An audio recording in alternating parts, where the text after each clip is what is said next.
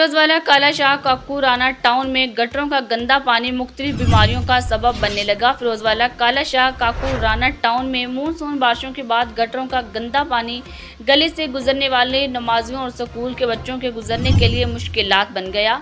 गटरों का गंदा पानी मुख्तलिफ बीमारियों की वजह बनने लगा। फिरोजवाला में मौजूद हमारे ब्यूरो चीफ शेखुपुरा एजाज अली खोखर से जानते हैं क्या अपडेट हैं। जी एजाज अली खोखर बताइएगा। जी बिल्कुल, फिरोजवाला का इलाका राना टाउन में इस वक्त मौजूद है, जहाँ पर मानसून के बारिशों के बाद और गटरों का जो पानी है वो खड़ा होने की वजह से इलाका मकीन काफ़ी परेशान है। नमाजी हजरात, उनके अक्सर कपड़े ख़राब हो जाते हैं, स्कूल के बच्चे अक्सर यहाँ पे गिर जाते हैं।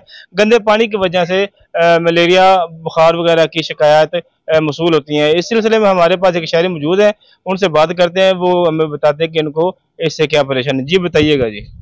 जी, आप देख सकते हैं कि यहाँ पे बल्दिया वाले जो उनसे हैं, यहाँ पर किसी किस्म की भी सफाई का बंदोबस्त नहीं है।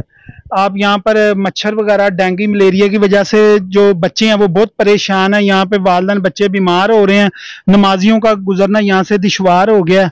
तो बुजुर्ग शहरी जो से हैं वो अक्सर यहाँ पर गिरे हैं और मेन होल के ऊपर ढक्कन भी नहीं है। तो वज़ीर आला पंजाब मरियम नवाज से हमारी गुजारिश है कि जल्द अज यहाँ पर इस चीज़ का नोटिस लिया जाए और इस जो गंदगी है और इस चीज़ को जल्द अज जल्द यहाँ पर सही करवाया जाए।